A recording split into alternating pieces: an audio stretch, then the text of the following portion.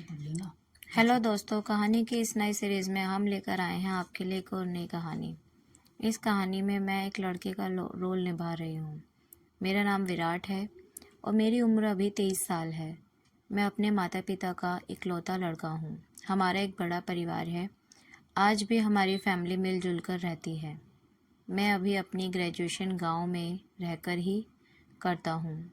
हमारे घर में सभी लोगों की शादी हो चुकी थी, लेकिन अभी तक मेरे एक चाचा बाकी थे, क्योंकि लड़की वाले मेरे अजय चाचा को पसंद ही नहीं करते थे, जिस वजह से मेरे चाचा की शादी नहीं हुई थी।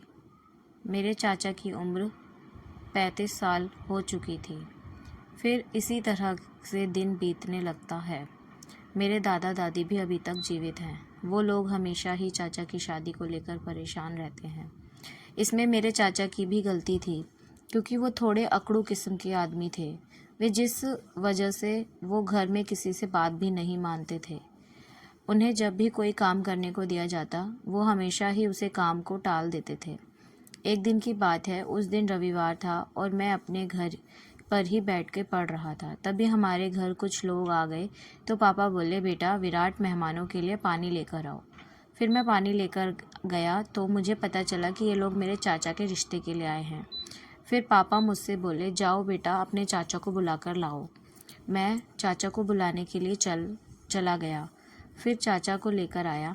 उन लोगों ने चाचा को देखा और उनको पसंद कर लिया। तो मेरे पापा बोले, ठीक है भाई साहब, आप लोगों को जब लड़का पसंद है तो शादी का दिन फिक्स कर लेते हैं। फिर उन लोगों से मिलकर चाचा की शादी फिक्स कर दी। 2 महीने बाद चाचा की शादी होनी थी। हम सब बहुत खुश थे। मेरे अजय चाचा भी बहुत ज़्यादा ही खुश थे। वो शहर से बाहर रहकर अपना काम करते थे। दोस्तों, अजय चाचा से घर में जितना मेरे से बनता था, उतना घर में किसी से भी नहीं बनता था। फिर मेरे पापा ने बोला, बेटा विराट, एक कार्ड लड़की के घर भी ले जाना है, तो तुम जाओ और उन लोगों को एक कार्ड दे दो, और साथ से मार्केट में कुछ मिठाइयाँ भी खरीद लेना। तो मैं चाची को देखने के लिए जल्दी जल्दी जाने लगा। मैंने मार्केट से मिठाई खरीदा और चाची के घर चला गया। फिर वहाँ पहुँचकर मैंने चाची को देखा। उनको देखकर मैं दंग रह गया। दोस्तों, वो केवल 23 साल की लड़की थी। मुझे समझ नहीं आ रहा था कि कैसे ये लोग मान गए। फिर मैंने अपनी होने वाली चाची से बात की और वहाँ से चला गया। दोस्तों, मैं रास्ते में यही सोच रहा था कि शादी के बाद तो मेरे चाचा की किस्मत बदल जाएगी। फिर वहाँ से मैं अपने घर आ गया और इस तरह हमने अपने चाचा की शादी की तैयारी कर ली। फिर अंततः चाचा की शादी का दिन आ ही गया और मेरे अजय चाचा की शादी हो गई। शादी के दिन हम लोगों ने खूब मज़ा किया और मैंने खूब डांस किया।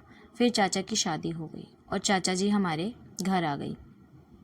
अब चाचा और चाची दोनों खुशी खुशी रहने लगे। लेकिन ज़िंदगी में मेरे साथ ऐसा खेल खेला कि उसे सुनकर आप दंग रह जाएंगे। हुआ क्या, मेरे चाचा की शादी को 1 साल ही हुआ था। वो अपनी ड्यूटी से घर जा रहे थे, तभी उनका सड़क दुर्घटना में देहांत हो गया। मेरे चाचा ने सभी लोगों में शौक में डूबे हुए थे। अब होनी को कौन टाल सकता था। जो होना था वो तो होकर ही रहेगा। फिर इसी तरह से दिन बीतने लगता है। मेरी चाची गीता हमेशा उदास सी रहती थी। मैं हमेशा ही उनसे बोलने की कोशिश करता कि वह अपने इस गम को भुला सकें। एक दिन चाची खाना बना रही थी और मैं अपने रूम में था। तभी मेरी मम्मी आई और मुझसे बोली, बेटा विराट, तुम्हारी चाची कुछ ज़्यादा ही उदास लग रही है और घर में रहकर बोर भी हो जाती है। तुम एक काम करो, उसे बाहर ले जाओ और घुमा दो। इससे उसका थोड़ा मन हल्का हो जाएगा। फिर मैं गीता चाची के पास गया और बोला, चाची जी चलिए मार्केट चलते हैं, वहाँ से आप कुछ कपड़े खरीद लेना। और तो वह बोली, नहीं विराट, मैं नहीं जाऊँगी। तो मैं बोला, ठीक है, अगर आप नहीं जाएंगी तो आप मेरी दोस्त नहीं हो। तो वह बोली, नहीं ऐसी बात नहीं। अच्छा ठीक है, चलो चलते हैं। फिर मैं चाची को लेकर मार्केट चला गया। दोस्तों, चाची बहुत दिनों बाद घर से बाहर आई थी, इसीलिए उन्हें घूमने में काफ़ी अच्छा भी लग रहा था और उन्हें देखकर मैं भी काफ़ी खुश था, क्योंकि उनका कोई सहारा भी तो नहीं बचा था। फिर मैं और गीता चाची एक बड़े से मॉल में गए और हमने अपने लिए कपड़े खरीद लिए। चाची ने अपने लिए बहुत सारी साड़ियाँ खरीद ली थी। फिर वह मुझसे बोली, विराट, बुरा ना मानो तो एक बात कहूँ। मैंने कहा, हाँ चाची, बिल्कुल बेशक बोलिए, इसमें बुरा मानने वाली क्या बात है। फिर वो बोली, मुझे फ़िल्म देखे बहुत दिन हो गए हैं, क्या तुम मुझे फ़िल्म दिखा सकते हो। मैंने बोला, चलिए हम सिनेमा घर चलते हैं। फिर मैं उनको लेकर सिनेमा घर चला गया। और वहाँ से 2 टिकट खरीदकर हॉल में चले गए। दोस्तों आज पिक्चर भी बहुत अच्छी लगी थी। फिर लगभग 3 घंटे पिक्चर देखने के बाद हम लोग बाहर निकले और गीता चाची मुझसे बोली, विराट मैं आज ज़्यादा खुश हूँ, तुम्हारा लाख लाख धन्यवाद, तुम्हारी वजह से मुझे खुशी मिली। फिर मैं उनको लेकर एक रेस्टोरेंट पहुँच गया और वहाँ से खाना खाकर हम लोग घर चले गए।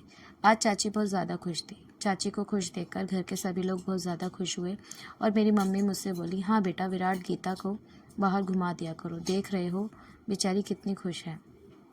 फिर इसी तरह से दिन बीतते लगता है और एक बार फिर मेरी ज़िंदगी में मोड़ लिया। एक दिन मेरे घर पर मेरी चाची के घर वाले आए और बोले, भाई साहब आप मेरी बेटी को मेरे साथ विदा कर दीजिए, क्योंकि अब तो आपके भाई को भी मरे हुए बहुत दिन हो गया। अब मैं इसे अपने साथ ले जाना चाहता हूँ और अपनी मर्ज़ी से इसकी शादी करूँगा। तो मेरे पापा बोले, नहीं नहीं भैया, वह हमारे घर ही रहेगी और इसकी शादी हम करवाएंगे। तो मेरी चाची के पापा बोले, ठीक है, आप लोग मेरी बेटी को बुलवा दीजिए और उससे खुद ही पूछ लीजिए कि वह कहाँ रहना चाहती है। फिर मेरी मम्मी चाची को लेकर आई और चाची से पूछा गया तो वह बोली, नहीं पापा, मैं यहीं रहना चाहती हूँ और यह जो यहाँ भी मेरी शादी करेंगे वहीं मैं रहूँगी, क्योंकि यह लोग बहुत अच्छे हैं। फिर वहाँ से चले गए। फिर एक दिन मेरे पापा बोले, बेटा विराट मुझे तुझसे कुछ बात करनी है। तो मैं बोला, हाँ पापा जी बोलिए, क्या बात करनी है।